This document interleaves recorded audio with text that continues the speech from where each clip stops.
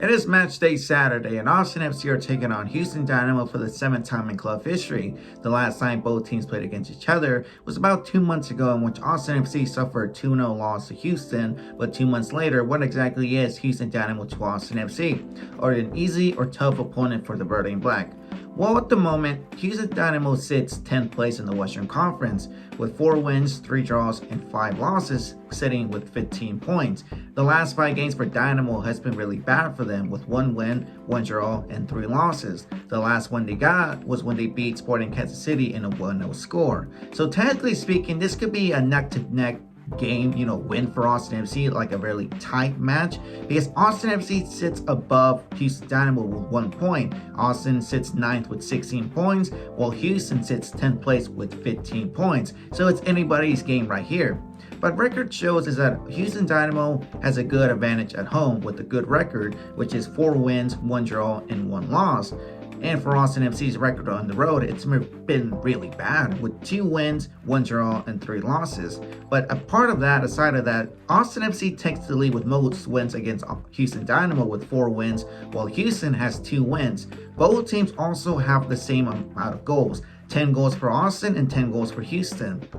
Because for the last time Austin FC got a win at Houston happened last May around the same time, in which we beat them in a 2-1 score, in which we got to see Dani Pereira's first goal and a beautiful curve goal of Driussi. So this is going to be a really tight game for both teams. But before that, let's focus on who we have to focus on for Houston Dynamo's defense and attack. For Houston Dynamo's attack, they have scored 11 goals this season. Not good numbers, but for them it's decent to be in 10th place. There are 3 players we have to focus on and for our defense too.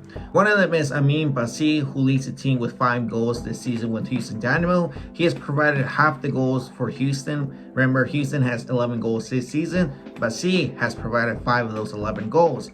One thing too about Bassi is that he likes to be, from a right winger to a converted, number 9 or center forward. So he's going to invert no matter what. Another player from experience, being Mexican, is HH, El Chorillo. Hector Herrera has provided 2 goals and 2 assists this season with Houston Dynamo, more than he's done last season. The thing about HH, he can be really tricky. He's a box-to-box midfield player. He can sometimes be a player in the 6, stop any opponents going past to him, but he can also be in the 8, being an attack midfield player and support a lot and more to the offense of Houston Dynamo. So who's going to stop him? Mostly Dani Pereira has to face up against a veteran Mexican player of HH. And another player for Houston Dynamo, he's like the version of John Gallagher. Despite 1 goal, it is Adalberto Carrasquilla.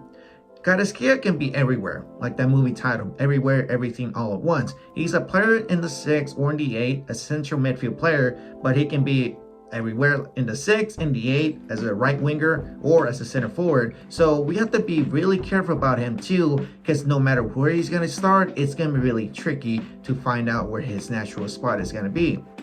Now for Austin FC defense, the biggest and shocking news happened today is that Leo Weissen is out for 2 months after suffering LCL. His ligament is torn, but it's not as bad like an ACL injury. So for 2 months, we have to focus on this too. Who's going to start with Julio Cascante? Is it going to be Alexander Radovanovic or Alex Ring? Some of us are saying start Radovanovic so he can get that permanent deal with Austin FC, since his loan deal ends at the end of June. But knowing Josh Wolf, he's going to put his trust more on Alex Ring and probably stick with the back 5, putting Radovanovic here. But for me, get back to old ways, put the back 4 again, put a natural center back pair or duo of Radovanovic and Julio Cascante, and either push up Alex Ring in the midfield, because despite Ring might be rusty, might be tired when it comes back to his old spot, but it'll be good seeing the old ways back. But I think this is going to happen. Wolf is going to put the back 5, Radovanovic and Alex Ring with Julio Cascante. Because we've seen the back 5, it works, has its pros and cons. But for Austin FC's offense, that's the thing too. Who's going to start? Max Urruti or Giazzi Zardes? After a poor performance and being out in the, poor performance against Chicago Fire, put Zardes on the bench, and if Josh Wolf put Urruti and saved him for this match against Houston Dynamo, start Urruti. That's about it. That's all I have to say. Because Zardes, he's not going to do anything. He's probably going to miss any shots, probably come in as a substitution and score a game winner. We'll see what happens. And Diego Fagundes, I think Diego Fagundes should be on the bench again because against Chicago Fire, he was not up to strength. He's not fully 100% ready. It's like 50-50 right there. 50% ready, but 50% needs more time. Put him on the bench. I just saw it. Finley over Radis and Rigoni on the left side, because remember, Emiliano Rigoni is more comfortable on the left side of the pitch. He's more deadly right there. And Driussi, it's questionable. He was training with the team this week since that video came out, so we could either see him on the bench, but it's unlikely he might see minutes against Houston Dynamo.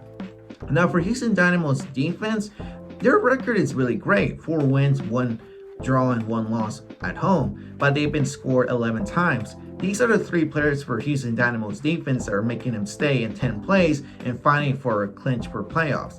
One of them is Steve Clark, Austin FC's favorite goalkeeper. This season he has done 5 clean sheets with 38 saves, with 11 goals scored on, but against Austin FC, while he's been with Houston Dynamo, in 3 games he's been scored on 5 times. Ethan Bartlow is a center back. He has done 57 clearances, 29 in the air and 28 on the ground. So it's kind of half and half, but he's mostly going to focus on our set pieces, but mostly on our crossing attempts. But he has done 11 blocks with 10 shots and 1 pass block. So whenever we shoot, he's going to be right there stopping no matter what. And last is Mikael, Brazilian center back. He's been started in the last 4 games for Houston Dynamo. Right now his numbers are low, but it can be promised in the future. He has done 3 out of the 5 tackles, so it's basically a percentage wise of 60%. And when it comes to blocks, 3 out of 4, 75%. So I feel like this might be a tight game for Austin FC. Both teams are sitting a point apart.